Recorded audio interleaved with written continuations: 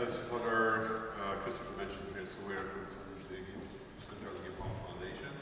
And the main activities we do is the outreach, where we reach out to people on the streets, mainly Brooklyn, obviously, Brighton area,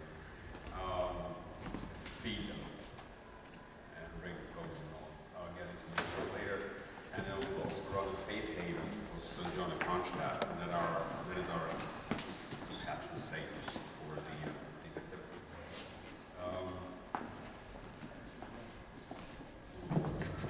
Okay, let me switch to my screen.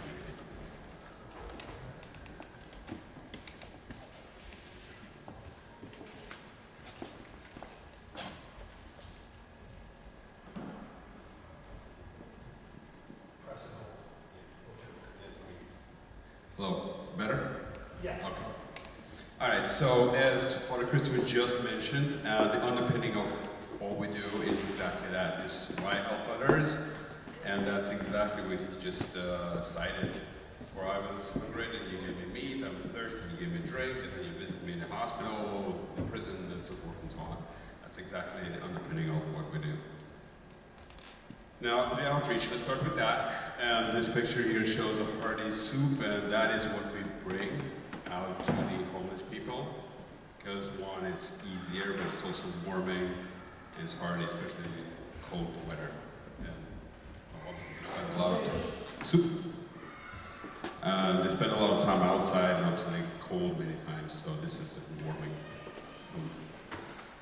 The location is Brighton Beach. That's and beyond a little bit, depending on the certain spots where they hold up. And we not necessarily know all the spots, but the other homeless people tell us, okay, you should go there because there's some people somewhere, right? So the feeding. So it's Brighton, it's in the gazebos, it's on the bridges, which is this picture really. This is a bridge close to Coney Island Hospital, a big one. And you have traffic right next to you can see there. And they're just living like that, like you see there. And the most important thing is we have to reach out to them, because they do not reach out to anybody. They just sit there basically. And they get sick, well, they obviously alcohol abuse, drugs, some violence. And if you don't reach out, they're not gonna get any help. During the winter, for instance, people get frostbites. Sometimes we have to take them to the hospital for treatment. Well, the big continues feeding and help since 2003 in different shapes and forms. In 2017, there was at least 2,600 meals served. And a little bit more in detail. So we the St. John Gipon Foundation actually, we feed them 3 times a week. So Tuesday, Friday, and Sunday. We bring clothes and shoes that people donate, apart from the food. We also do, for those who want, we take them to detox centers in the Coney Island Hospital and Staten Island Hospital. So sometimes we have people saying, I'm tired of this, I would like to get out of it. Right? Unfortunately, some people fall back into it. But so we take them there. And also for other treatment, like say frostbites or people just really, really sick. Happens too. Recovery, renewal documents. Obviously people lose their documents and they're in no shape to go back and recover their documents, a passport or ID or whatever it may be. Repatriation is another thing we do. We have repatriated several people. The last one was a woman from Latvia. She was not abusing any alcohol or drugs or anything, but she was homeless. She lived on the streets for whatever reason. So we helped her with documents, contacted the consulate, contacted her family in Latvia, and made sure that, they're expecting her, and bought her a ticket. And she went back, and she's doing okay, from what we hear.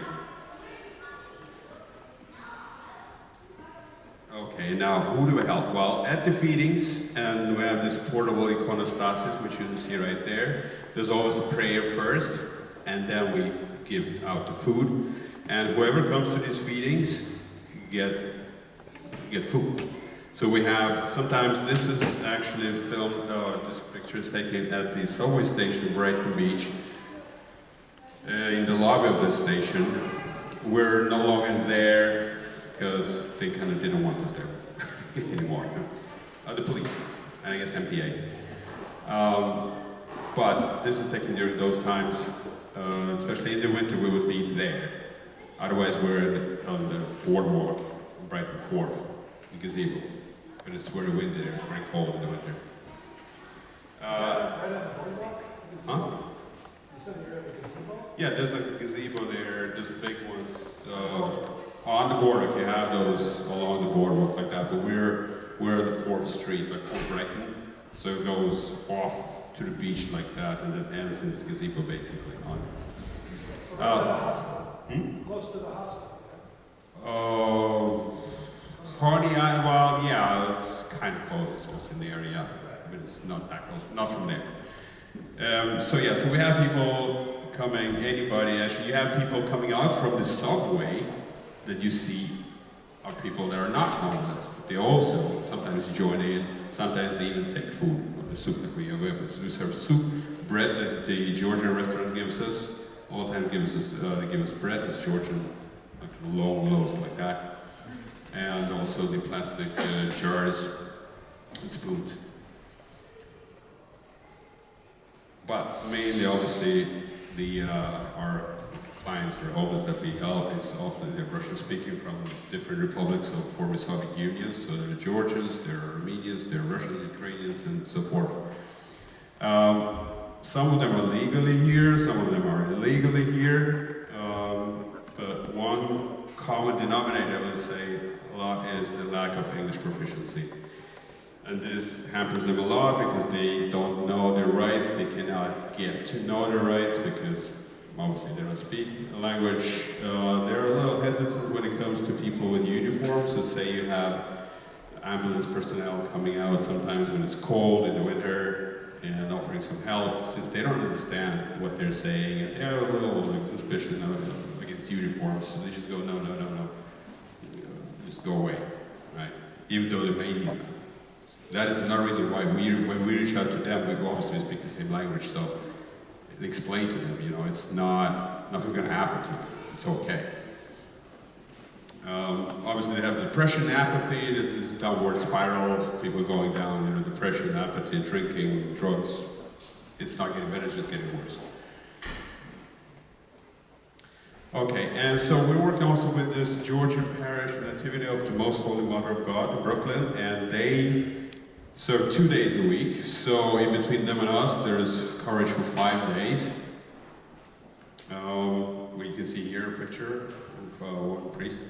And this is actually taken at the gazebo. As you can see the sand there, you can see the boardwalk a little bit. So that's where we are when it's not too cold. Now, again, reaching out. So if we don't reach out, since 2003 that this feeding has been going on, out of the people that we've come in contact with, 90 people have died. So that happens. Okay, so let's go on to this next part. This is a safe haven that was opened up in 2017, November. And here we go. Here's St. John of Kronstadt, and this is our patron saint, and I'll give you a little background history here. He was serving on this island of Kronstadt, which is off the coast of St. Petersburg. And at the time, this is late 19th century, early 20th century, at the time all antisocial elements, as they call it, they were just pushed out from the city there. So there was a lot of misery there, obviously, at that little island. Right? There was prostitution, there was alcohol abuse, and everything else, criminals and so forth. He was serving there, and his main accomplishment, what he was doing when he was serving, is that he opened up a safe haven where people could live, but also not only live, but also learn a skill and then go out and provide for themselves and for their families. And so our safe haven is modeled along these lines. And obviously there's a spiritual component to it, so there was prayer there, obligatory, right? And we have that as well. So this is in the safe haven in Brooklyn, now in Brighton. So there's a chapel that the Brotherhood built. A lot of these people are very good with their hands, so they build a lot, they do repair works. the floors, the roofs, everything in there, they did. They repaired all that.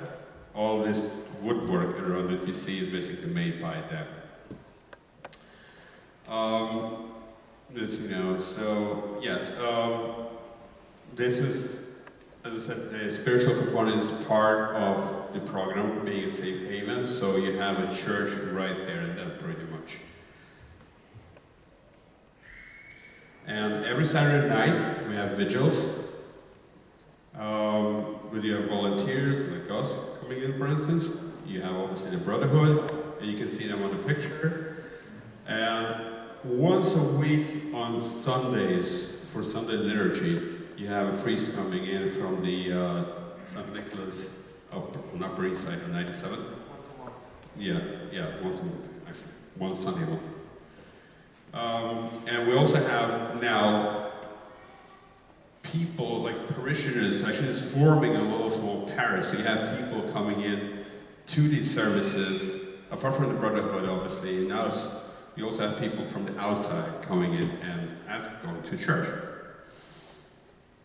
And this has been going on, the priest has been coming there since June 2018. Okay, now for the conditions for admission to homeless, for homeless men. Men, because 95% of the people on the streets are actually men. So that's why this safe haven for now is for men. Then hopefully it will be expanding with time, and then we can create another one for women, right? The key here is having strong motivation, because if you don't have that, then nothing is going to happen. But let's suppose you have it, and as I said before, there's some of them ask to be taken to these detox centers in Coney Island Hospital, Staten Island Hospital, and we do that right away. So we feed the people, and they just take this person to the detox center. They spend 5 days there, and then, again, the motivation. If they're motivated, there's a 28-day rehabilitation special closed institution, but nobody's forcing them. So after 5 days, they can actually leave if they don't want to continue this. There's no law saying that you have to. Once you start, you have to go through the whole program. There is no such thing. So people sleep there? At the safe haven? Yeah. They live there. How many beds? We're about 10 people right now. Oh, okay. Yeah. Totally 12. Yeah.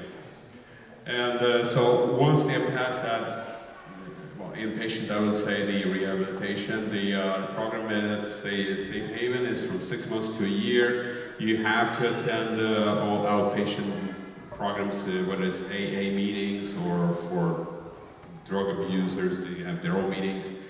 Some other programs that they have to attend. Also look for work, and hopefully they find a job, and then leave.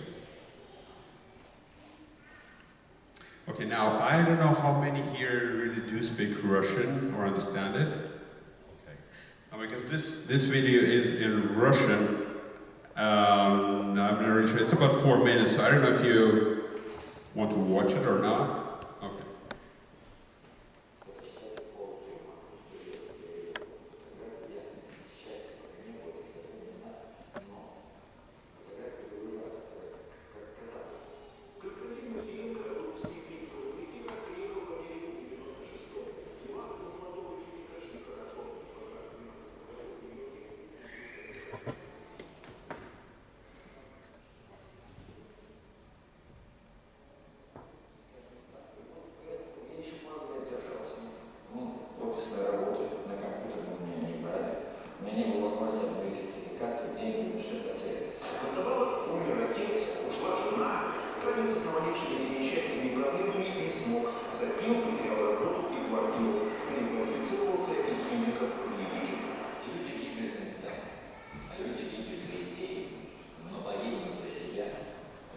So this is the gazebo on the boardwalk right there.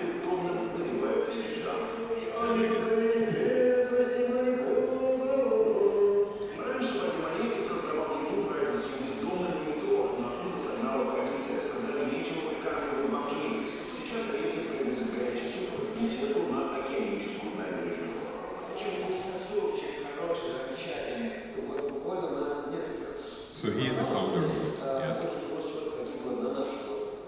Это те, кого я не знаю. Вот здесь мы только можем сейчас вспоминать его на какой-то вот на той вот лавочке таких, один такой женщина такой вот.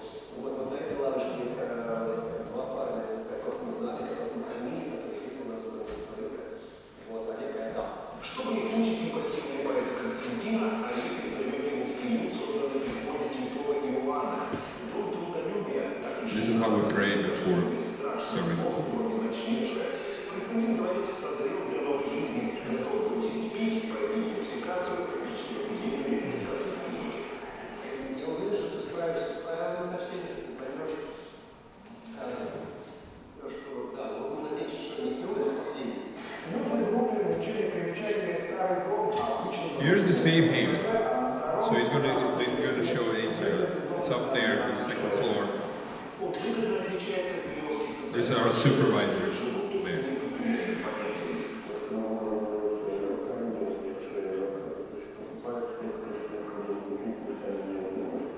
Уже неделю пытаются починить систему отопления. This is a shed.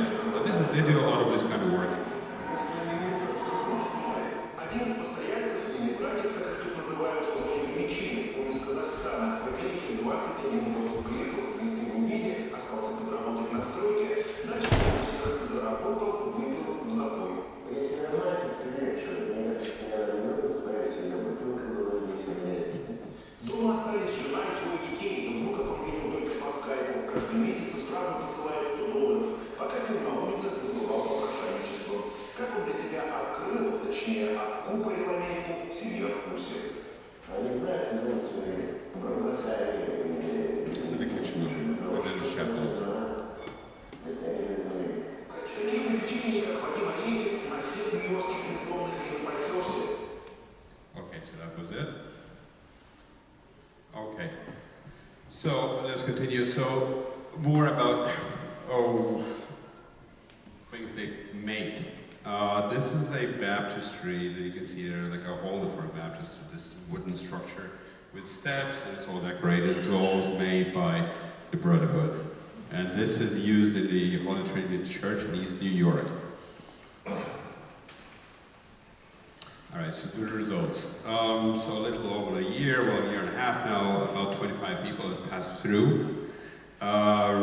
Presently, there are about 10 people living there.